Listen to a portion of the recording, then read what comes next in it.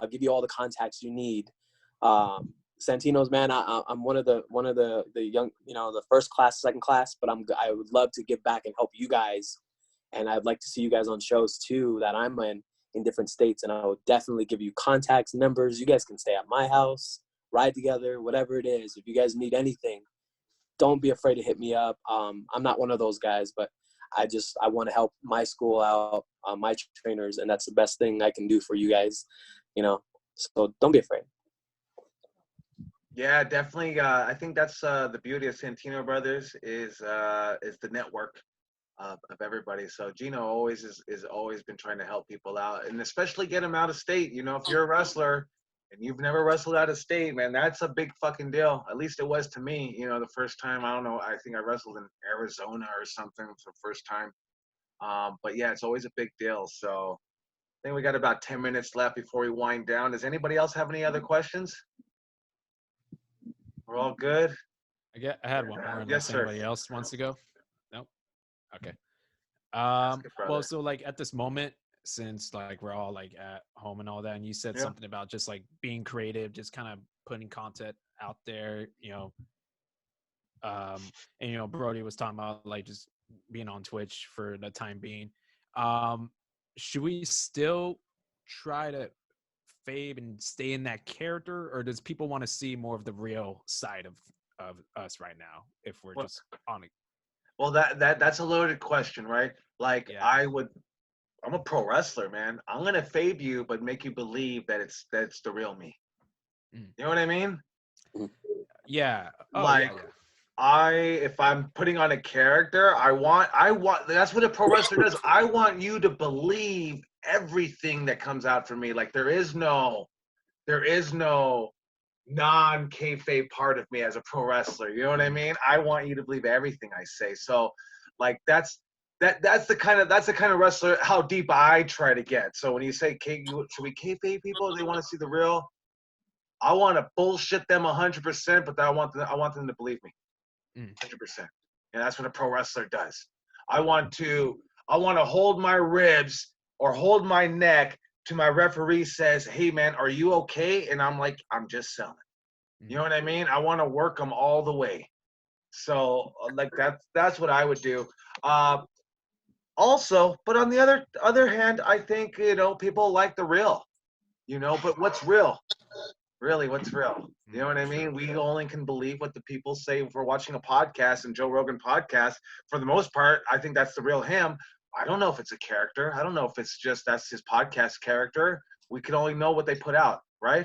So it's almost like a version of ourselves that we're portraying still.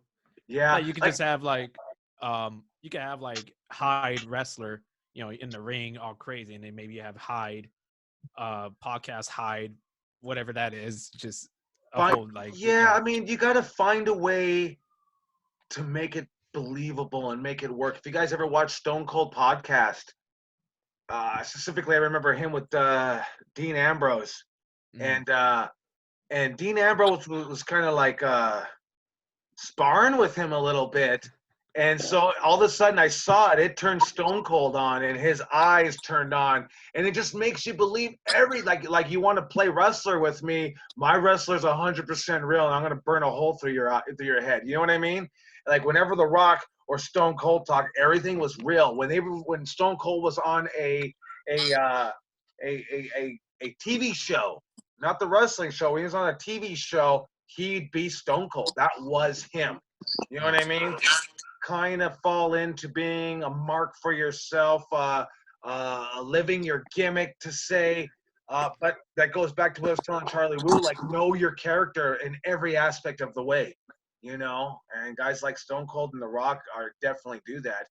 What is it? Oh, it's me turned up times 10, maybe it is, but you have to go and do that deep dive on that character. So that's something that I always loved with wrestling, because it's something that I like kind of play with. You know what I mean? It's something I play with. Can I make somebody believe this?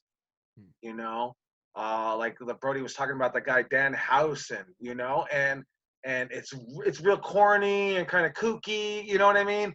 But there is that element that makes you believe that's really what he talks like. You know what I mean? It's like the if any of you guys seen Police Academy and Bobcat what's his name? Bobcat Goldthwait. Um, you really believe he talks like, if you don't know who he is, you should look him up. And he talks like he has this weird kind of way to talk, but that's just his comedy character. It's not real, you know, but we perceive it as that's really him. Macho Man, that we perceive that's how he talks. No, he actually can speak normal, you know. He wasn't always talking, oh, Elizabeth. No, he can speak normal. You know what I mean? So, but I think what it does is it pushes that envelope to make us believe that it's real. And then if you're doing that, now you're on to something as a professional wrestler. That's what it's all about, right? Becoming that actor, making people believe. You're watching Walk the Line with Joaquin Phoenix, and that's not Joaquin Phoenix to me. That's Johnny Cash. You know what I mean? It takes the character out of it, and I'm just watching Johnny Cash. And so that's how deep we want to get into our characters, to where people believe us 100%. So, I wanted to kind of chime in on this. Is that right now, as far as creating content, the advantage that everyone has is that everyone is, for the most part, experiencing the same thing. We're all cooped up in our homes, so that's a very relatable subject right there. So using the Hyde experience is like, if Hyde wanted to stay in character, it's like, how does Hyde in quarantine go grocery shopping? You know, like, does he see a mask and does he find it confusing? You know, and this is just like spitballing ideas, but this is kind of the best opportunity from a worldwide level to relate at pretty much the same time in human history. He kind of looks like he's doing the Hyde by doing that Mick Foley rock back and forth. But yeah, definitely being part of what's going on in the world today really takes that element of making your character a lot more believable. I think a lot of the times, like, wrestling is always has been like ignores what goes on in the real world. You know what I mean? I think sometimes when you take that, I think ECW was really good at that. They would take what's going on in the real world and bring it to the wrestling stage, and so it brought that different element. And at least in the 90s, man, that's why we loved, man, whatever you guys love today, whether it's AEW or not, man, ECW was like the smart marks shit. Like, that was like, there was nothing better than it. Like, that's what we started XPW. The guy was going to work with Paul Heyman, and then Paul Heyman got his TV show and didn't want to work with a porn guy. So we mimicked ECW. You know what I mean? We mimicked it because we loved it so much, not because we hated it and want to be their competition. We mimicked it because we loved it so much, So, but yeah, doing that pulp culture and staying up with the current events is always great for your character. I think CM Punk does stuff like that, or at least when I was watching, he did. It always gives that deeper dive of the character, and I think that's what we all want to see as fans. I've always had the trouble of people say that they can't separate the two. They're like, who's the villain? Who because we just see one. And sometimes that's been a problem. You know what I mean? Where it's like, turn Gino off, and I'm like, all right, well, and then it's like, same thing. It's like, they don't know who they're talking to. Like they always got to clarify. Even wrestlers too, they'll see a promo and it comes off so, I don't know if it's real or good or whatever, that they hit me up and they're like, hey man, you really feel like that? And I'm like, no man, I'm just going, man. I'm working, brother. I'm just working. Yeah, but they get worked, and I'm over here now. I got to write an apology, like, man, sorry. I'm like, but you know what? Like, I go so old school on that. Like writing an apology. Oh, hell no. I did my job. That's what I was supposed to do. But I've been there. Rico would get the heat, and I go, hey, Rico, bro, like, this is a little dojo show. Like, you can't be doing that. Like, these fans come to our little 40-person show every week. Like, they might not come next week. You got to go apologize. So as a promoter, I'm like, go apologize. As a wrestler, fuck that, man. Now, hell no, you did your job. I walk that fine line. But, like, if I'm a 22-year-old, I'm a young 30-year-old wrestler, I don't give a fuck. I did my job. Me too. I'm like, yo, hey, if you guys do a promo, guys, if we end up working each other, guys, go balls to the wall, baby. I can take it, and I love it. You know what I mean? This is wrestling. It's supposed to be fun. Yeah. It's supposed to be fun. I'm supposed to watch a promo and go, fuck, that was great. That was fun. Hey, now let me get you. If if I haven't told you guys this, and I know Seville and Mac has heard it, and probably even Hyde, if you ain't having fun, you ain't doing it right. Get out. You know, if you ain't having fun, you ain't doing it right. And I think that's probably the biggest takeaway that I can give today. You know, as we end this, is if you're not having fun, we're not doing it right. And I think a lot of the times we come to wrestling school and we start talking about psychology, and we say, oh, why did you get up that way? You get up away from the ropes and this, that, and the other. And as a student, you go in there and you're like, oh my God, my brain is fucking fried. And it starts becoming like, oh, this is not fun anymore. You know, like everything, it gets harder, it gets difficult, it sucks before it gets fun. And then you start rolling, you know, and then you're able to go out there. And when I wrestle Jake Atlas, like I always tell him, no, this is how we wrestle. We do training matches. And I'd be like, no, we're calling it in the ring, brother.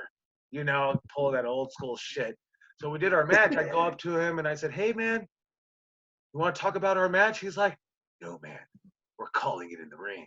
We're doing your style of match. And I was like, oh, fuck, man. But we can call it, brother. Let's call some shit. He's like, no, we're going to call in the ring. And I'm like, all right, bro, let's just go ahead and do it. But I think it made it a lot more fun for me. If I had to remember all these spots and this, that, and the other, I probably would have hated it. I didn't have to think about shit. I just knew I'm going to go out there, and we knew the parameters of what we're going to do, right? Shine, cut him off, give some heat, come back, go home. No big deal. I knew going in he was going to do his DDT, you know, and that was it. And he just tried to build it. But that's what makes it fun for me. You know, that might not necessarily make it fun for you. That might be nerve-wracking from hell to do something like that. What make it fun for you might be calling spots. Main thing, biggest takeaway, if you're not having fun, you're not doing it right, you know. But just also with that, it's going to get harder before it gets fun. And that's where all that psychology and studying comes in. So get a book, write down your Dane, get a book, Hyde, get a book, Seville, get a book, everybody, that's Mac, get a book and write down your full page of comebacks, full page of cutoffs, full page of finishes, false finishes, and study it, and then you won't have to think anymore, and your brain starts moving. You don't think about the wrestling anymore, right? I want you to be thinking about the character, and then it gets to the point where you don't have to think about the wrestling or the character. You just go out there and fucking do it, you know. So, on that note, we went 2 hours.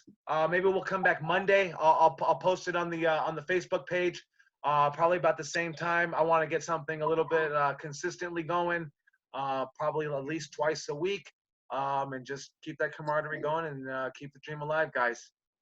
So, all right, let's bring it in. Let's bring it in. Yeah. There we go. Here we go. Santino's on three. Santino's on three. 1, 2, 3. Santino! All right, guys. Hey, thank you guys for tuning in. I appreciate it. Thank you, I love Chaos. seeing you guys.